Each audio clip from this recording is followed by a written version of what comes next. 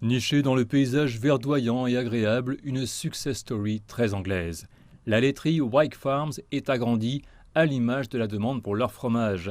Le Brexit a nécessité un changement d'approche. Ce nouveau centre de consolidation permet d'atténuer les maux de tête et les retards liés à l'augmentation des formalités administratives et de la paperasse en procédant à moins d'envois, mais plus important en Europe et au-delà.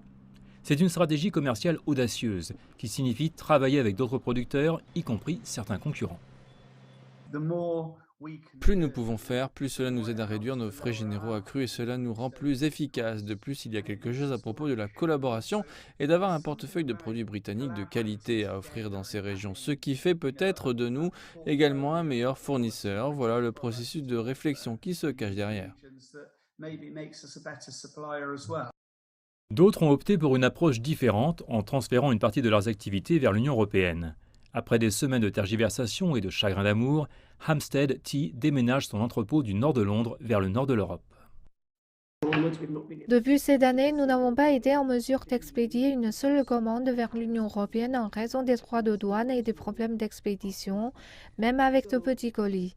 Donc, nous tournons directement vers l'Europe maintenant qui nous donne l'opportunité de créer une entreprise directement auprès des consommateurs et de répéter le succès que nous avons eu au Royaume-Uni, ce qui est vraiment passionnant.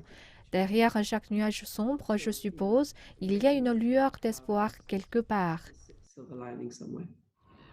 Peu de gens ont connu des changements plus difficiles qu'au sein de l'industrie de la pêche. Les exportations de coquillages vers l'Europe ont cessé.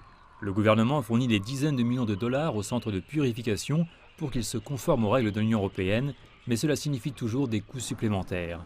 Et pour les petites entreprises du Royaume-Uni, peu importe ce qu'elles importent ou exportent, d'autres changements sont à venir.